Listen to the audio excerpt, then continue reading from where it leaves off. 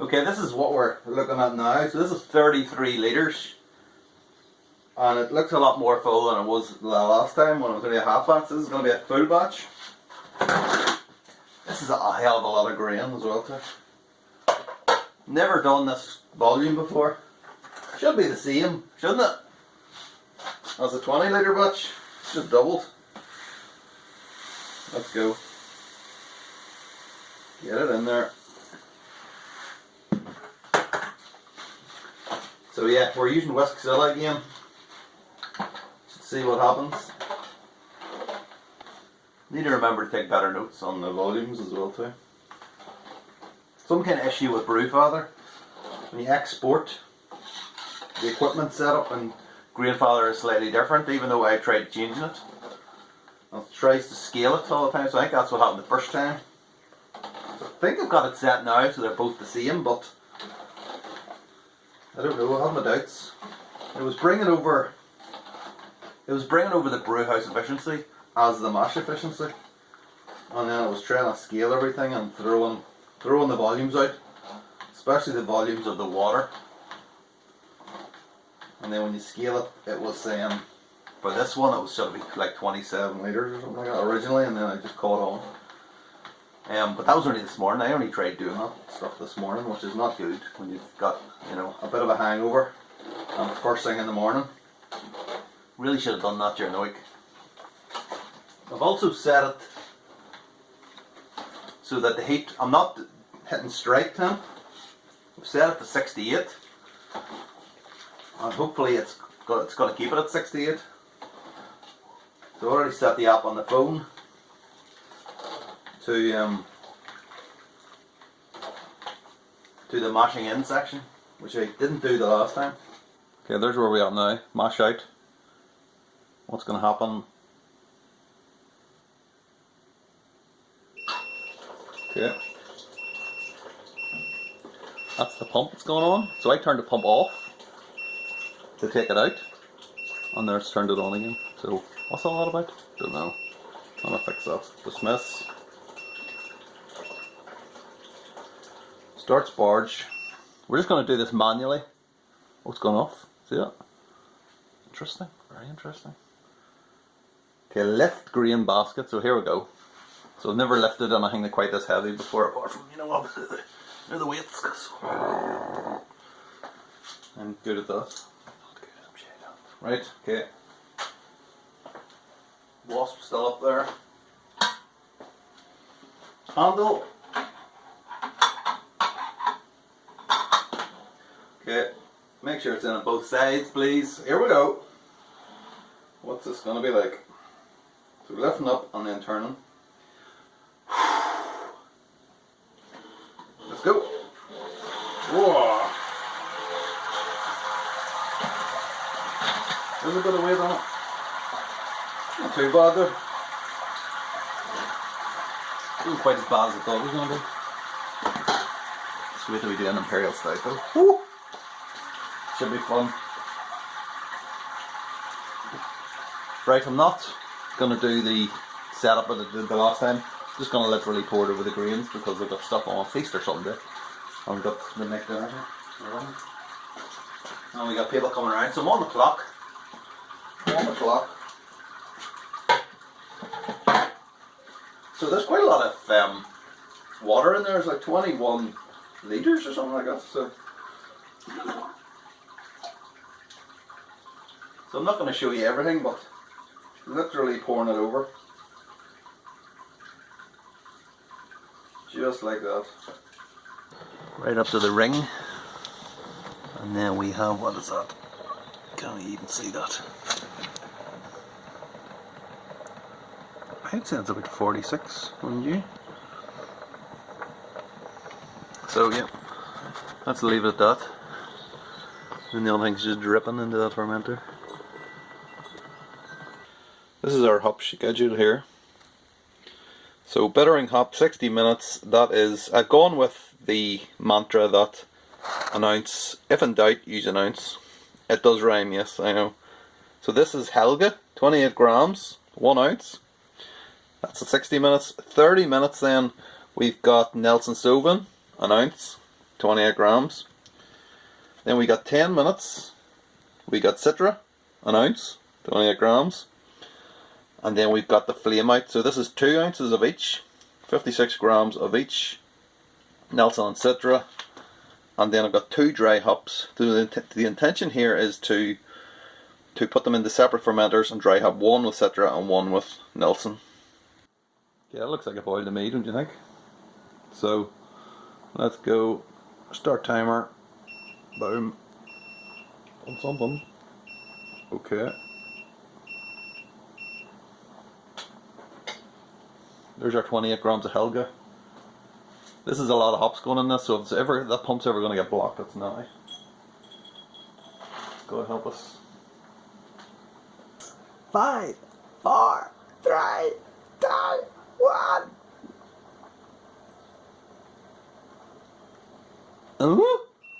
Oh, there it is. That's it. Oh, whoa! Right, there we go. 30 minutes. Nelson Sauvin going in. Please don't block the pump. Okay, that's 10 minutes. There's portaflock going in. 1 entire portaflock as well, too, not half. I'm not scrimping. Okay, this is, can't remember what this is. This is something. Hops. These are hops going in. 10 minutes. Hop stand. But am I not supposed to get that temperature down to 75? You know? I've clipped it in again. Let's hope it's clipped in properly this time. Stas had come up with a good thing. It's like a little thing you plug onto the hose. You can control the flow. I haven't got one yet, but I think I'm on the lookout. Okay. For fuck's sake. What's that? Don't like the sound of that. This is not going into the garage. I'm here, it's leaking there, look. Not good. Okay, so it's still saying it's 100 degrees, so obviously it must be the timer. Is it 100 degrees? Why isn't it telling me what the temperature is? I'm not throwing in a load of hops at 100 degrees. That's just stupid. Okay, so what do we do here? What did I do last time? I can't even remember. Not liking it. Okay, so I'm still sitting here waiting. So it must have changed the recipe as well, this app. Because it was at 75, it's always at 75 in Brewfather. And it says at 90 degrees there. So, well, it just does it itself. I really need to get Brewfather to link directly with that and then just ignore this, just uninstall the Grainfather app because it's a piece of crap. There's too many differences. That being a major one. It's supposed to be 75 degrees. And it's still showing 100 degrees. So is it 100 degrees even though I had the chiller on? Don't know. Right, we've got the pump on now. Maybe I didn't have the pump on when I put the chiller on. Maybe that's what it was. But still showing 100 degrees. So I'm going to put the water on again and let's see what happens. 99 degrees. The worry is though, it's going to, as soon as it hits 90, gets below 90, it's going to put the heat back on again. Because it's wrong, the bloody recipe is wrong. So thanks for that, Grainfather. Okay, we're down to 81 degrees now. So that's going to have to be close enough.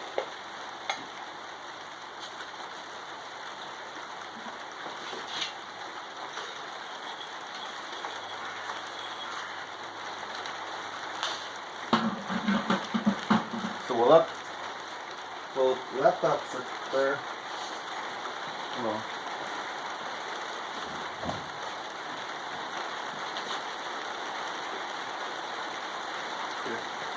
Now there's a trail of wort coming in. Oh, for goodness sake.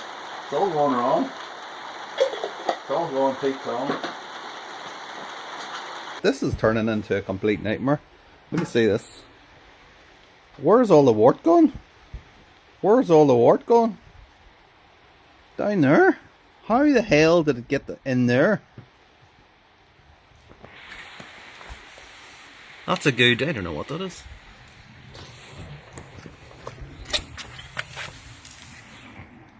14 litres of wort in there. How the hell did it get in there? So something's obviously happened. So what are we actually left with? 26 litres? 26 litres from a what, 45 litre boil? In the name of God, what has happened? And that is it. That is what we've got from a fucking 40 litre batch. Great. 21 litres, something like that, I don't know. Quite dark as well too, isn't it? It looks quite dark there. I have this bag of Pilsner malt, and it's really kind of dark. Doesn't seem like normal Pilsner malt, but very dark. Could have a reason for that. Could be a reason for it. Anyway, never mind. So, I mean, apart from right at the end, we did okay. It was an okay brew day, apart from right at the end. So as soon as we hit that hop stand, it just went to, the whole day went to shit. We'll knock over old ground, but yeah, we had some kind of issue with the pump. Gravity, most likely gravity. It's just kept on going and going, and I haven't noticed. You can find the yeast. What's the bet I don't even have the yeast? I bet the yeast isn't here. Such is my luck. Oh my God. It's not. Okay. Let's have one more look. One more look, hold on. This is a fiasco. Okay. This is the yeast. We're not going with the Atlantic yeast. We're going with this one. Haze. US ale yeast, suitable to brew ales with low esters, leaving a slight haze. That will do well. Thank you very much. That's exactly what we want. In our 22 litres maybe. Let's just get this pitched.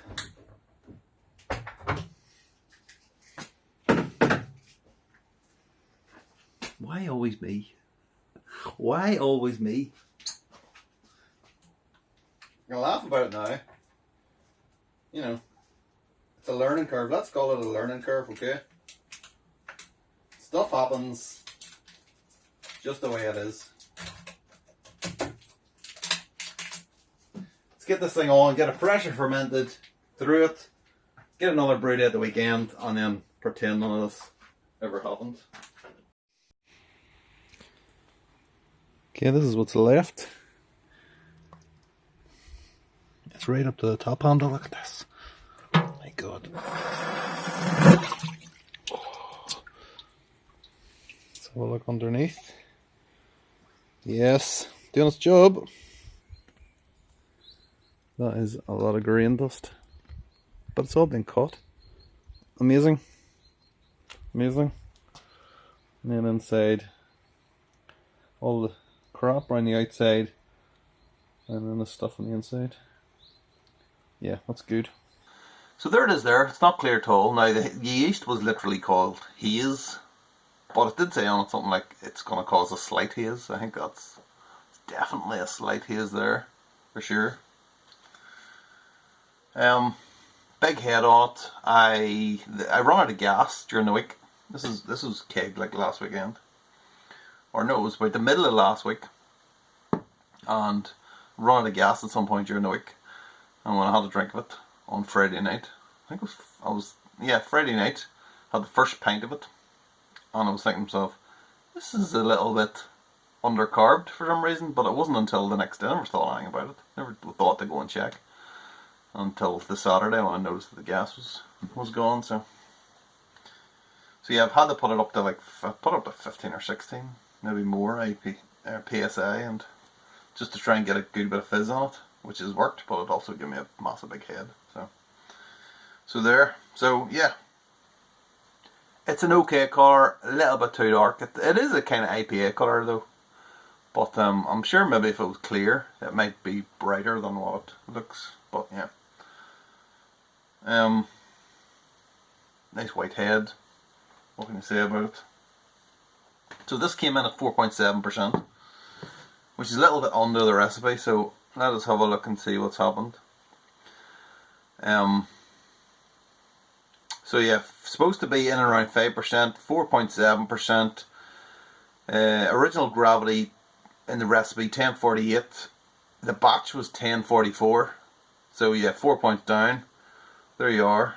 Mash efficiency was 72%. Really? Wow. Bloody hell. So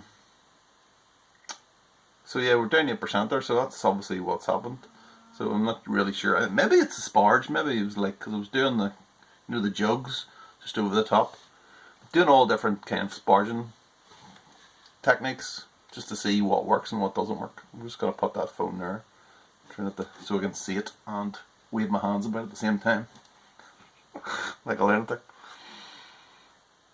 And then, so yeah, mash efficiency 72%, and then brewhouse efficiency, let's not even go into brewhouse efficiency, 38%.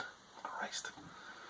So yeah, that was a disaster. Okay, we'll just mention it once and then we'll never mention it again, okay? So obviously it was still siphoning the beer off, even though I turned the pump off. But then I think me just putting the tube, siphon tube down into the bucket meant it was just siphoning out the whole time. And I lost exactly half batch of beer. Unbelievable. Anyway, never mind. We do still have a half batch here. So what does it smell like? I can smell it already. It smells like Nelson. Very nice. So the intention was that for this to split the dry hop into two, and I decided then just to go with the Nelson dry hop. So 80 grams went into it. Not an awful lot, to be fair, but yeah, you can definitely smell it. It's got this kind of fruity, you get the grape, the kind of grapey smells, but there's also a good bit of fruit in there as well. Very nice, very nice, very Moorish, smells delicious. Definitely a sweet grape kind of aroma that I just love with Nelson. I mean, I'm not going to say it, because I always say it, but if I was to tell you what my favourite hop was, yeah. Smells superb. So it's not a big punch in the face. New England IPA. It's not supposed to be, even though it kind of looks, it does look dark, doesn't it? Maybe a fraction too dark.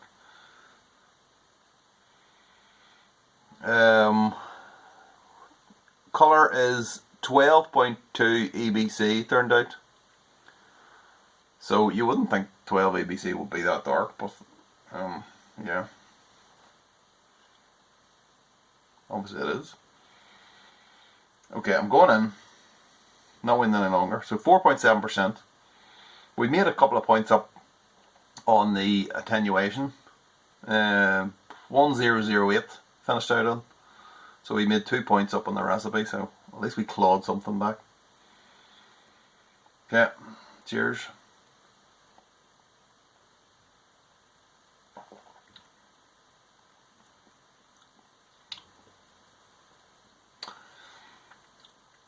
First thing I'm going to say is it's not an IPA. It's definitely not an IPA. It's a pale ale. It's very much a pale ale. Not too much bitterness on it. When I tasted it in the trail jar, there was actually a noticeable bit of bitterness, and I was like, that's interesting. But it seems to have subsided somehow. So I don't know whether it's, I don't know what's going on there, to be perfectly honest. It's a really light body. I mean, like, really light. Very, very easy to drink.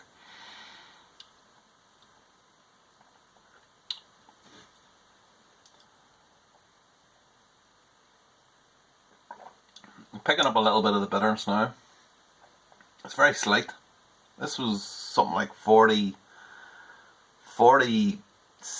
IBU. It's supposed to be 47 IBU, but that is not 47 IBU. So this entire kind of brew is out of whack from what it's saying in that, on this recipe. It's just not even right. So IBU was 44 in the recipe, and it says this batch is 47, but that's not 47 IPA. I'm telling you right now. I will tell you, I will bet your life that is not 47 IBU. It's so easy to drink that it just isn't an IPA.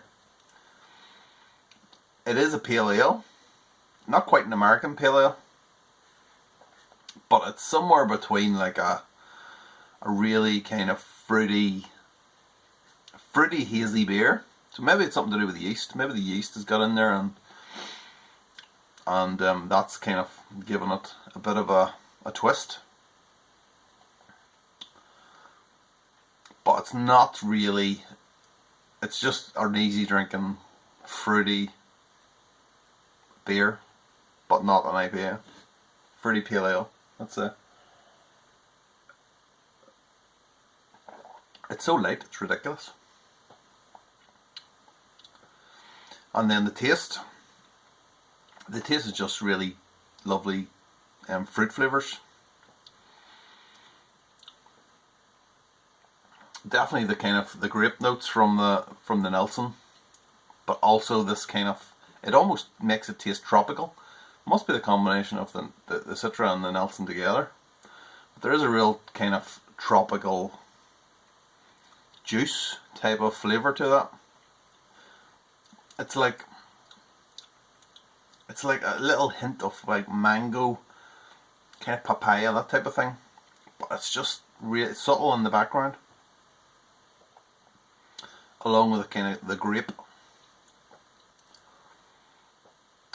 Really nice beer. Not an IPA though. I've got it written down as an IPA. It's not an IPA. This has been a disaster. This whole bloody brew has been a disaster. There was the incident that we're not going to talk about. There was, all the numbers are clearly wrong. IBUs, colour, the works. It turned into a haze bomb. It's supposed to be a slight haze. It's haze bomb. It's undercarbonated for the longest time. So everything possible has gone wrong with this beer, and yet it's still turned out half decent. So thank God for that. Thank God we got something.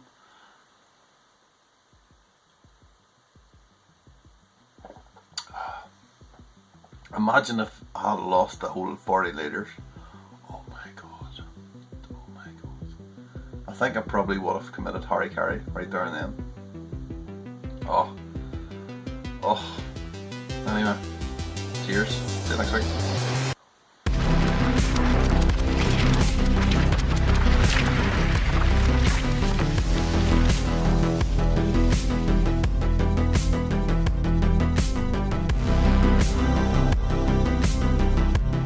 But, yeah. 4.7, you could maybe get away with 2 and still drive home. I'm not joking. Don't ever drink and drive. I never do. So that's a joke, okay? So yeah, there's things you say that you immediately regret and you want to take back, and that is very much one of them.